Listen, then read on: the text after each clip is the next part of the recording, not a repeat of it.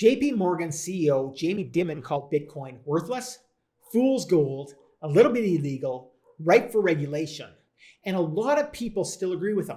But that hasn't stopped JP Morgan from creating a new unit for blockchain projects, giving its wealth management clients access to crypto funds, and rolling out its own digital currency called JPM Coin. So, to Bitcoin or not to Bitcoin? That is the question. And we're answering that today once and for all on Renegade News. Welcome back to Renegade News. I'm your host, Glenn Kowalski. Every week on this channel, you'll hear the latest news, strategies, and tactics for breaking free from the system, paying less tax, and living anywhere in the world that you want. So let's get right into it. Many people don't understand or agree with the concept of electronic money, but Bitcoin and other cryptocurrencies are very real. And better yet, you can buy, sell, and exchange those currencies directly without an intermediary bank, which is why they don't like it. But Bitcoin isn't going anywhere. And here are some of the reasons why. Number one, more and more people are owning Bitcoin. Right now, you need about $60,000 US to buy one Bitcoin. But earlier this year, it dropped to as low as $30,000, which means you could have profited 100% if you had bought this year. If you had bought Bitcoin years ago in 2016, you would have paid around $400 for one.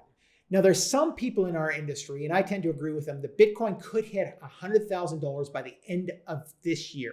And according to Newsweek.com, about 46 million Americans now own at least a share of a Bitcoin.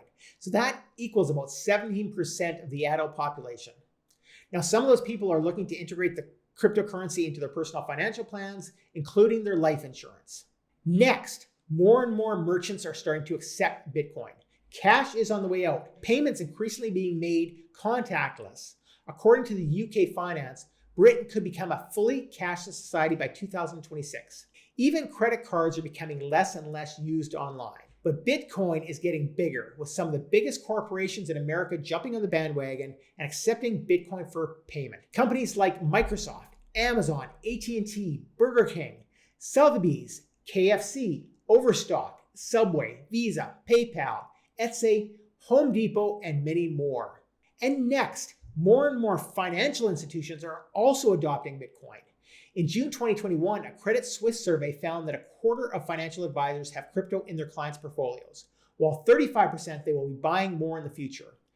A new report from Block Data found that 55 of the 100 largest banks in the world by assets under management have already invested in crypto, either directly or by backing blockchain-oriented companies. Here are 7 bank stocks that are aggressively investing in cryptocurrencies and crypto technology. There's Standard Chartered Limited, Bank of New York, Mellon Corp, Citigroup, UBS Group AG, PNP Paribas, Morgan Stanley, JP Morgan Chase and Company. So it's clear that the market doesn't care about certain individuals' personal opinions about Bitcoin. It's going on its own. And by not finding out all about Bitcoin, the blockchain, and cryptocurrency today, you may be left behind in a rapidly approaching cashless society that's becoming exclusively involved in crypto.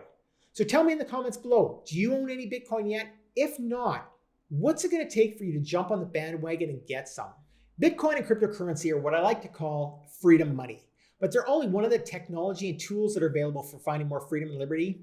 So to stay up to date on the latest tactics, as well as get the news on the latest infringements and wins in your search for more freedom and liberty, make sure to subscribe to Renegade News right now.